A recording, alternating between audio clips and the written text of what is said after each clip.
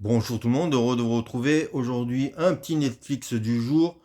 On va pas faire long, c'est juste pour vous donner envie de voir un film.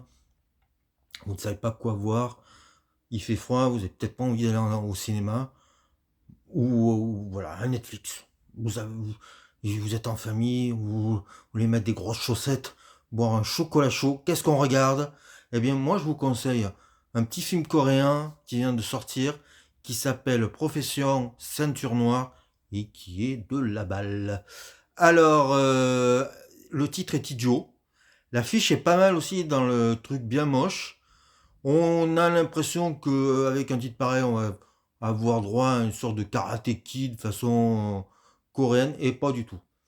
L'histoire, elle est simple. C'est l'histoire d'un jeune, un post-adolescent, adolescent, pardon, qui vit chez son père, qui est passionné de sport, d'arts martiaux et de jeux vidéo. Il a toute une bande de copains. Et il travaille pour son père de temps en temps. Il livre des plats. Et puis un jour, il est témoin d'une agression. Un type agresse violemment avec des tessons de bouteille un agent de probation. Le jeune homme va s'interposer, va le défendre et va lui sauver la vie à l'agent de probation. Et on va lui proposer un job, on va lui proposer de prendre ce job qui est d'agent de probation. Alors, l'agent de probation, c'est les gens en Corée qui surveillent les personnes qui ont des bracelets électroniques parce que ils ont fait un certain temps en prison et que maintenant on les laisse dans la rue, mais il y a des conditions et donc il faut des gens pour les surveiller. Et donc, comme on est en Corée, il va pas surveiller des petits voleurs ou des petits ou des tueurs ou des tueurs mais accidentels. Non, non. Lui, il va de suite, on va lui adjoindre les pires mecs de la société, c'est-à-dire des pédophiles, des agresseurs sexuels. Il va donc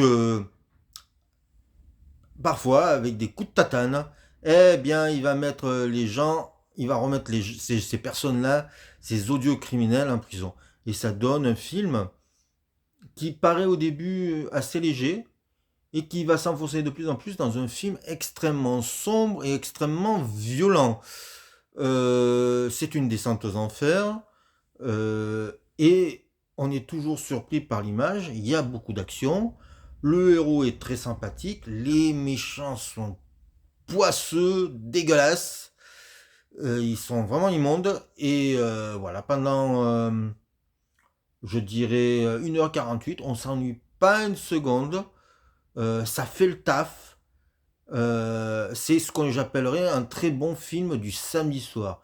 Alors, je n'ai pas noté le nom du réalisateur. Je sais il avait travaillé sur une série qui s'appelait Traces de sang, qui était pas mal.